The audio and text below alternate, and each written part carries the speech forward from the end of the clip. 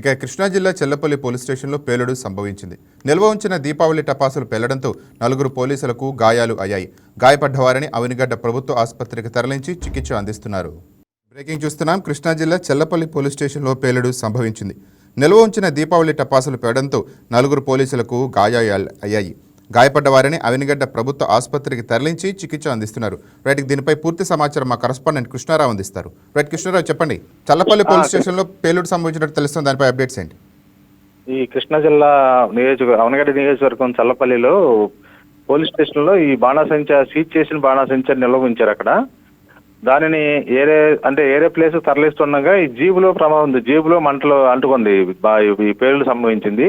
ఈ జీబు తగలబడిపోతుందో పాటు చల్లపల్లి ఎస్ఐతో పాటు 4 కానిస్టేబుల్స్ కి గాయాలైనవి. వారిలో 2 పరిస్థితి అయితే విషమంగా ఉంది. వీరిని చల్లపల్లిలో ప్రైవేట్ హాస్పిటల్తో పాటు కొంతమందిని ఇంకొక 2ని అవనగడ్డ హాస్పిటల్ తీసుకెళ్లారు. మొత్తంగా అయితే కనుక పరిస్థితి విషమంగా ఉంది. వాళ్ళిద్దరు పరిస్థితి మీద ఆందోళనకరంగా ఉంది. రాజేంద్ర, దీపావళి టపాసులు భారీ స్థాయిలో ఉన్నాయా? అంత పేలుడు సంభవించిందా? అంటే ఈ భారీ స్థాయిలో అంటే ఇంతకుముందు ఇలా కొన్ని చోట్ల సీజ్ చేసిన సామాగ్రిని ఇక్కడ పెట్టారు, స్టేషన్ లో ఉంచారు. అవి తీసుకెళ్లి ఏరే చోట పెట్టడానికి తరలిస్తున్నారు జీబులో, పోలీస్ జీబులో. తరలించే సమయంలో ఎటువంటి జాగ్రత్తలు తీసుకోలేదా?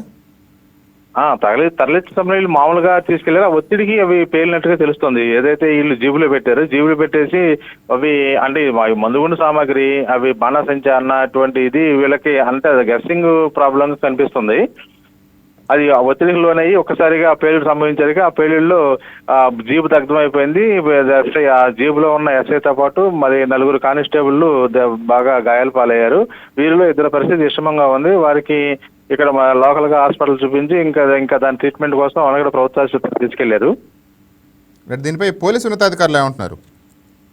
దీని మీద అంటే ముందు ఎమర్జెన్సీగా వాళ్ళకి చర్యలు తీసుకోవాలని, దాన్ని వెంటనే మెరుగైన మంచి హాస్పిటల్లో తీసుకెళ్లాలని చెబుతున్నారు.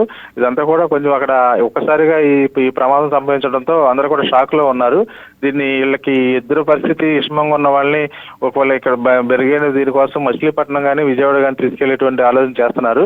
ఇదంతా కూడా గందరగోళంగా ఒక్కసారి ఇది జరగటం, ఇది మీరు అన్నట్టుగానే దీన్ని మందుగుండు సామాగ్రి, బాణాసంచా, పోలీస్ జీబులు ఎలా తీసుకెళ్లేప్పుడు కనీస జాగ్రత్తలు తీసుకోలేదు, ఈ ప్రాణం మీద తెచ్చుకున్నారనే అభిప్రాయం అయితే ప్రజల నుంచి వ్యక్తం అవుతుంది. Rajendra, thank you Krishnarao.